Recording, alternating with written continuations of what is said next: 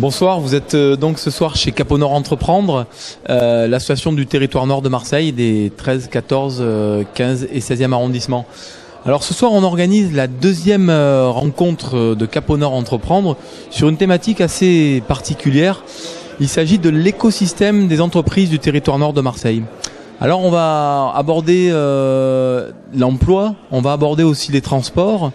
On va également parler de tout ce qui est culture et attractivité du territoire, et on va essayer de voir ça aussi bien avec des élus que des chefs d'entreprise, des responsables d'associations et des boîtes également qui font du loisir, et le tout pour essayer de réfléchir ensemble et élaborer 10 propositions qu'on va soumettre à nos élus, à nos acteurs institutionnels dans les mois à venir. Venez visiter notre site www.caponord.fr.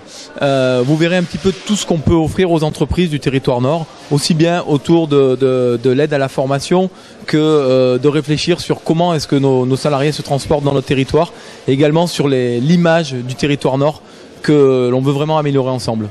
Merci. Monsieur Eugène Caselli, vous êtes président de la communauté urbaine Marseille-Provence Métropole. Nous vous écoutons. Merci Fabrice. Monsieur le directeur, monsieur le président de Capo Nord Entreprendre, mesdames et messieurs, si j'avais un message à vous délivrer ce soir, c'est que désormais Marseille va construire son avenir au nord de la ville, c'est-à-dire ici. Pourquoi? D'abord parce qu'il existe encore ici du foncier pour accueillir des entreprises, donc pour accueillir de l'emploi. Le sud de Marseille est complètement saturé. Donc l'avenir, en termes d'implantation d'entreprise, il est au nord. Et puis, il y a le grand port maritime. La charte ville-port que les collectivités territoriales et le port de Marseille et l'État ont signé. C'est mieux comme ça, voilà. Donc je ne suis plus embêté. Cette charte ville-port, elle dit quoi? Elle dit qu'il y a maintenant une porosité qui n'existait pas auparavant entre le port et la ville, entre le port et Euro-Méditerranée. Et bien entendu, des espaces vont s'ouvrir, les entreprises vont s'implanter, le port va redevenir un port industriel, et il se dote d'un plan de développement qui est un plan très ambitieux, qui va lui permettre de reconquérir les ports de marché dans les années qui viennent. Ça a déjà commencé.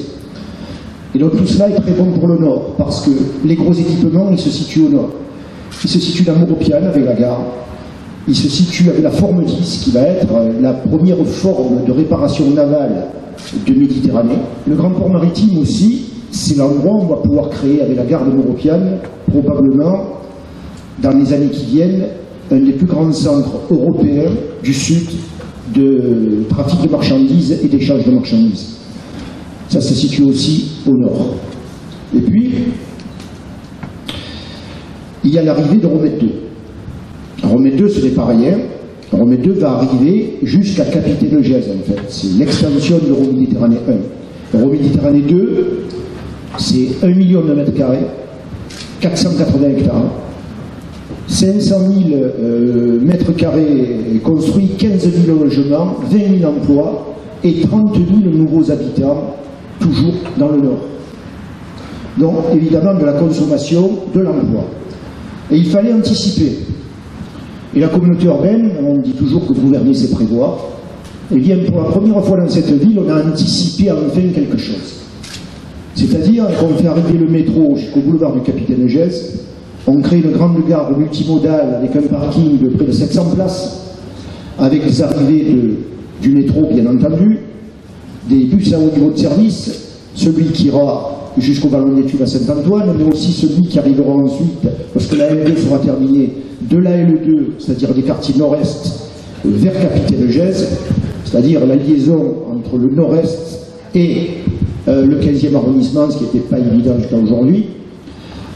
Les bus du département, c'est-à-dire qui vont irriguer ensuite les villes voisines du département. Donc une grande gare multimodale, le tout pour un investissement tout de même de 93 millions d'euros. Et si on ajoute l'investissement qui est fait sur la voirie et dans le bus en niveau de service qui va aller jusqu'à Saint-Antoine, c'est près de 150 millions d'euros qui ont été investis dans ces quartiers dans les 2 ans qui viennent. Parce que l'arrivée du métro, c'est le premier semestre 2015. Donc une anticipation, parce qu'Euroméditerranée 2 ne va pas arriver tout de suite jusque-là, mais toutes les infrastructures seront prêtes. Ce qui veut dire que les entreprises vont s'installer beaucoup plus facilement dans ces quartiers, parce que les moyens de transport ont été adaptés, réfléchis et anticipés. Ensuite, il y a les grandes gares du Nord. À Sainte-Marthe, il y a Picon-Musserine, il y a une troisième gare, ça va jusqu'à Septembre. Il y a 4 gares en fait qui desservent le nord de la ville, il y a Saint-Louis aussi. Ces gares-là, jusqu'à maintenant, ne fonctionnent pas au niveau où on voudrait les faire fonctionner. Pourquoi? Parce que la ligne Aix-Marseille, qui devrait être une véritable TER entre Aix et Marseille, c'est-à-dire un train toutes les 6 minutes, qui permettent de déplacer énormément de populations étudiantes, mais aussi des populations de salariés qui vont travailler à Aix, beaucoup d'Aix qui viennent travailler à Marseille, eh bien ça ne peut pas se faire dans un timing normal, puisque 2 trains ne peuvent pas se croiser sur la ligne Aix-Marseille. Et ensuite, la ligne n'est pas électrifiée sur l'ensemble du parcours. Et ça, les investissements sont tellement importants, il faut faire des ouvrages d'art considérables pour doubler la ligne, il faut électrifier la ligne, tout ça c'est un projet métropolitain. Et la métropole, justement, c'est l'outil d'avenir pour réaliser ce type d'infrastructure et ce type d'investissement massif. Mais le jour où la métropole se crée, dans les 10 ans qui viennent, nous aurons un TER entre Aix et Marseille, qui fonctionnera toutes les 6 minutes et qui va pouvoir déplacer énormément de population. Ce qui veut dire que la fluidité de l'emploi pourra se faire beaucoup mieux qu'aujourd'hui. Parce qu'imaginez que vous soyez chômeur à Aubagne, si vous trouvez un emploi à Berre dans les raffineries, vous allez vous poser la question, comment je vais aller à Berre? Et vous allez voir que c'est un parcours du combattant tel que vous allez renoncer et vous allez dire, je prends ma voiture. Vous allez faire un calcul économique, on me propose une place à 1300 € par mois, j'ai 400 € par mois de frais de déplacement, je reste chômeur à Aubagne ou à Marseille. C'est évident. Et ça ne doit plus arriver. Et c'est la métropole qui doit s'occuper de ça, c'est-à-dire la fluidité des transports. Et dans le Nord, c'est le TER entre Aix et Marseille, et avec évidemment les 4 gares qui vont fonctionner à plein, Septembre, Picon-Musserine, Sainte-Marthe et Saint-Louis. Là aussi, ça se passe au Nord. Alors, le Nord a aussi une pépite qui existe depuis maintenant longtemps, ce sont les zones franches. Les zones franches, moi je fais partie de ceux qui se battront pour les maintenir. On a réussi à avoir une dérogation pour les maintenir jusqu'à fin 2014, mais il faut aller plus loin. J'ai plaidé il y a encore peu devant des membres du gouvernement qui étaient chargés de mission, le fait qu'il fallait garder les zones franches. Parce que les zones franches, c'est 4000 entreprises qui se sont installées dans le Nord. C'est 13 000 emplois. C'est un taux de demandeurs d'emploi qui a été divisé par 2. C'est pour 1 € public investi par les collectivités pour créer ces zones franches, ça génère 6,6 € d'investissement privé. Sans compter 1,3 € de TVA gagné pour l'État. C'est 200 000 mètres carrés construits de bureaux. Donc un dispositif qui coûte à l'État d'un côté, mais qui rapporte beaucoup plus de l'autre côté, parce qu'il crée de l'emploi, il crée de l'activité et il crée de la richesse. Donc un dispositif qui rapporte plus qu'il me coûte. Et ça, c'est intéressant pour l'État, et c'est ce qu'il faut vendre, parce que les zones franches, la ZFU Nord et la ZFU Sud, ce sont des zones franches qui ne génèrent pas d'effet d'aubaine, c'est-à-dire il n'y a pas des entreprises qui viennent pour mettre une boîte aux lettres et pour toucher la défiscalisation. Ici, les zones franches, elles existent, elles travaillent, elles créent de l'emploi, elles ont de l'énergie, effectivement. Vous savez, Marseille, c'est une ville de guerriers. Les guerriers, ils ont de l'énergie. Ils ont de l'énergie, les guerriers, ils marchent au résultat. Ils marchent au résultat, ils marchent à l'enthousiasme, et le guerrier veut toujours avancer. Et les zones franches, c'est une zone de guerriers, effectivement, parce que beaucoup sont arrivés en créant un emploi, et ils en sont aujourd'hui à près de 100 emplois. Il y a énormément d'entreprises qui sont dans ce cas-là, qui ont multiplié les emplois pour les années qui viennent, et qui restent, même quand l'effet fiscal ne joue plus. C'est-à-dire qu'au bout d'un certain nombre d'années, l'effet fiscal ne joue plus, mais les entreprises restent.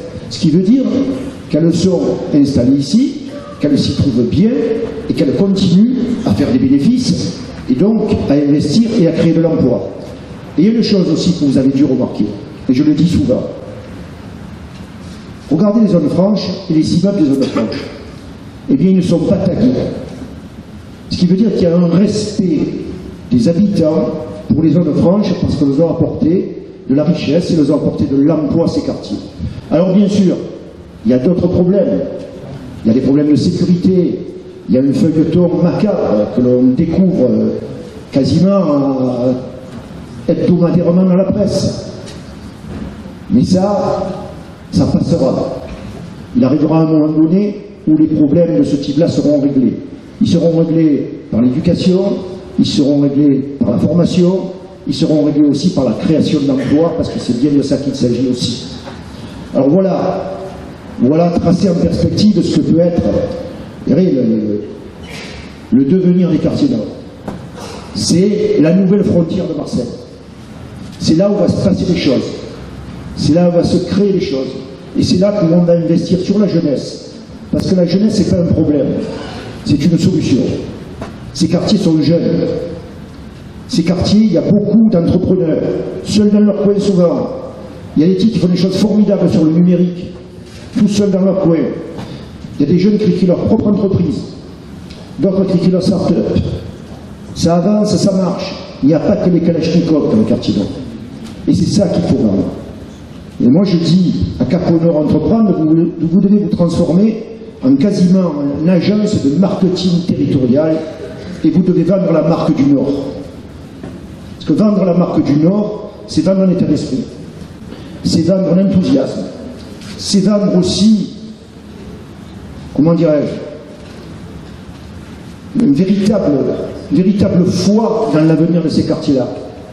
Et si ça, vous arrivez à le transmettre, eh bien vous aurez gagné la partie, parce que tout dans ces quartiers-là est prêt pour qu'ils aient un grand avenir et qu'ils soient le devenir de Marseille. Parce que, avec tout le respect que j'ai pour les autres quartiers de Marseille, que j'aime beaucoup, je dirais leur évolution est terminée. Il va y avoir une évolution d'image, il va y avoir une évolution qualitative, mais leur évolution est terminée en termes de création d'emplois, en termes de devenir, etc. Il y a la vallée de l'Uvonne qui peut encore apporter quelque chose à Marseille, et de l'autre côté, il y a effectivement le Nord. Le Nord avec tous ses potentiels, le Nord avec sa jeunesse, le Nord avec ses entreprises. Alors ce soir, je suis venu pour vous donner un message d'espoir, mais un message d'espoir qui n'est pas un message, je dirais, pour vous faire plaisir. C'est un message qui s'appuie sur des réalités de transport, sur des réalités économiques, sur des réalités de prospective et sur des réalités de potentiel de ces quartiers, et ce que j'aimerais vous faire partager en tout cas. Si j'ai réussi, eh bien tant mieux. Merci. Merci beaucoup, Monsieur Eugène Caselli. François Raniz, tu es le nouveau président de l'association Cap-au-Nord Entreprendre. Si Coro Formation nous accueille ce soir, si Cap-au-Nord Entreprendre nous invite ce soir, la parole est à vous, Monsieur le Président. Merci également à vous, Président, Marseille-Provence Métropole, d'être venu avec nous ici. Donc je vous parlais un petit peu de Cap-au-Nord Entreprendre. Alors, qu'est-ce que c'est que cette bestiole, on va dire? En fait, c'est une réunion de deux associations qui existent depuis longtemps. D'abord, on a d'un côté Arnavant, qui est une association sur le territoire, ici, entre Avenue de Lyon, l'autoroute Nord, et puis également le Capitaine Gèze, et puis de l'autre côté, ça va, on va dire, en gros, jusqu'au sommet de l'avenue des Galades. Ce territoire a généré cette association depuis environ 44 ans maintenant. Ok, une association territoriale d'un côté, qui a cherché à créer du lien et à interpeller les acteurs institutionnels depuis tout ce temps.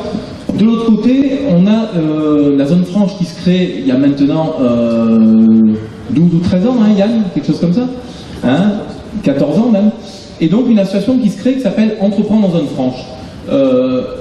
Au bout d'un moment, donc ces deux associations qui sont côte à côte, qui se regardent en chaîne faïence et qui toutes les deux sont là pour fédérer des entreprises, ont décidé, sous l'impulsion de Jean-Paul Roch, le président de l'époque, et puis également avec Xavier Jocanti, qui était président de ZF, de créer, avec la Chambre de commerce, avec à l'époque la ville de Marseille aussi, qui est venue un petit peu sur des aspects techniques, de créer Cap-au-Nord Entreprendre.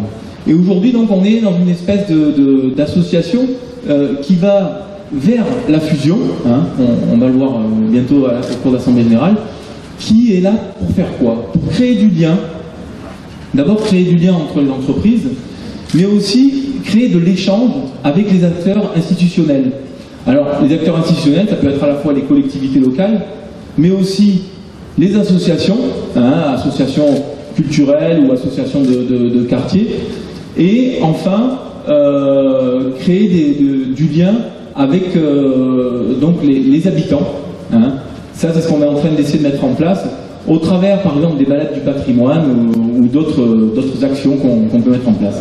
On a une commission sur la culture et lien avec l'entreprise, hein, et donc avec, par exemple, la Cité des Arts de la Rue, avec lesquels on a re-signé un partenariat cette année. Une commission de transport qui travaille grâce à l'ADEME, donc l'État, sur le PDIE, avec une société conseil qui s'appelle la MHC. PDIE, c'est quoi? Alors, c'est le plan de déplacement interentreprise qui consiste à faire un diagnostic dans les entreprises sur savoir comment nos salariés viennent et quelles sont leurs problématiques pour se transporter dans nos entreprises.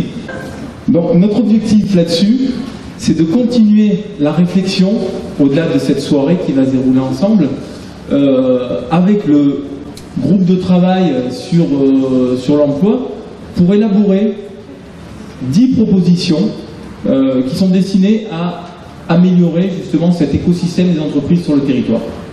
Donc au sortir de ce temps qu'on va avoir ensemble ce soir, il y aura de nouveau la réunion du groupe de travail de la commission emploi et l'élaboration de ces 10 propositions.